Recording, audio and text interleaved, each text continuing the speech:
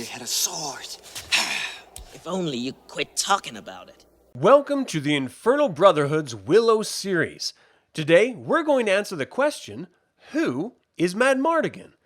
We'd like to invite you to subscribe to this channel for more Willow content, and like and share the video. This information is taken from the Willow sourcebook. Madmartigan's story is unreliable at best. For one, many of the Knights of Gallidorn that could substantiate his story were killed by the minions of Nockmaar. And if we're honest, well, Madmartigan isn't. I don't mean in a corrupt way, but he learned to spin tales by hanging out in the cosmopolitan capital of Gallidorn. His parents were wealthy but not royalty, which meant he was afforded the luxury of exploration and experience rather than working. He would hear tales from nomads from the east, which focus on pace and excitement over accuracy. He was exposed to far-off exotic languages and customs. He was instructed by the finest hunters, sailors, archers, and horse riders.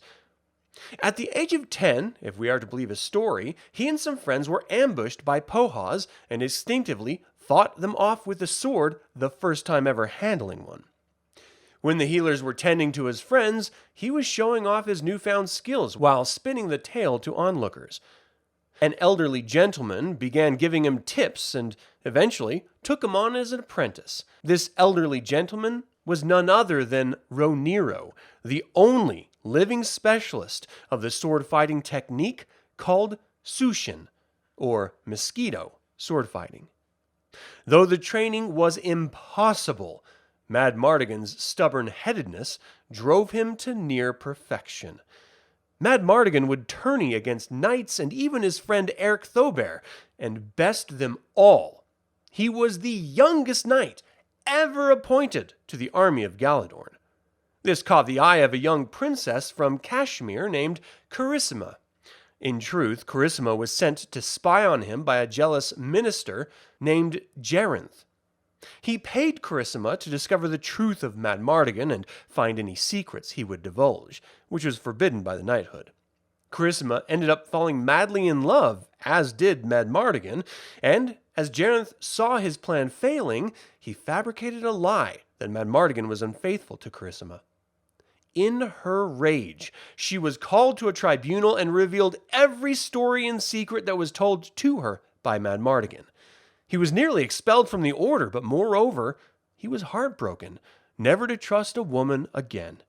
He left the castle for months, but when the Horns declared war on Gallidorn, Madmartigan answered because of Airk reaching out as a friend.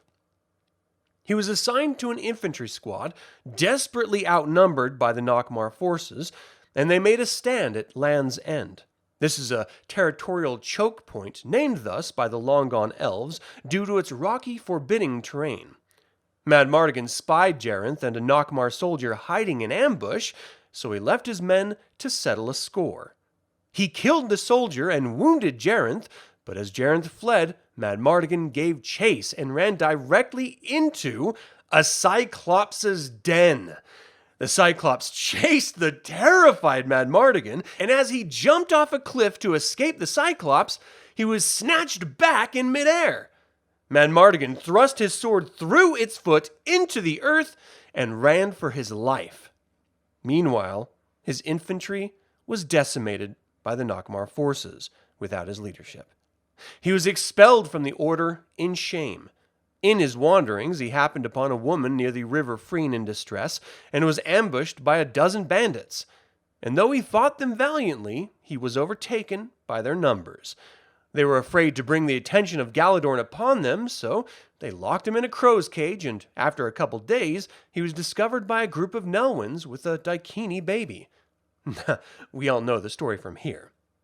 Madmartigan was admired by men, desired by women, and was truly the greatest swordsman of his day. He was simply not in control of his own destiny. But ultimately, all of his missteps led him to be the guardian of Elora Danon, the future Empress of Tirasleen. And what could be more honorable than that?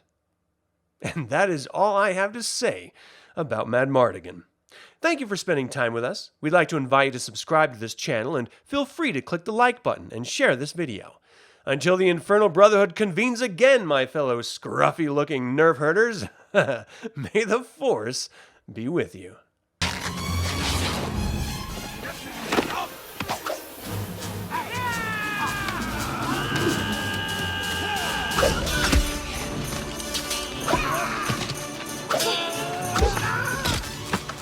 You are great.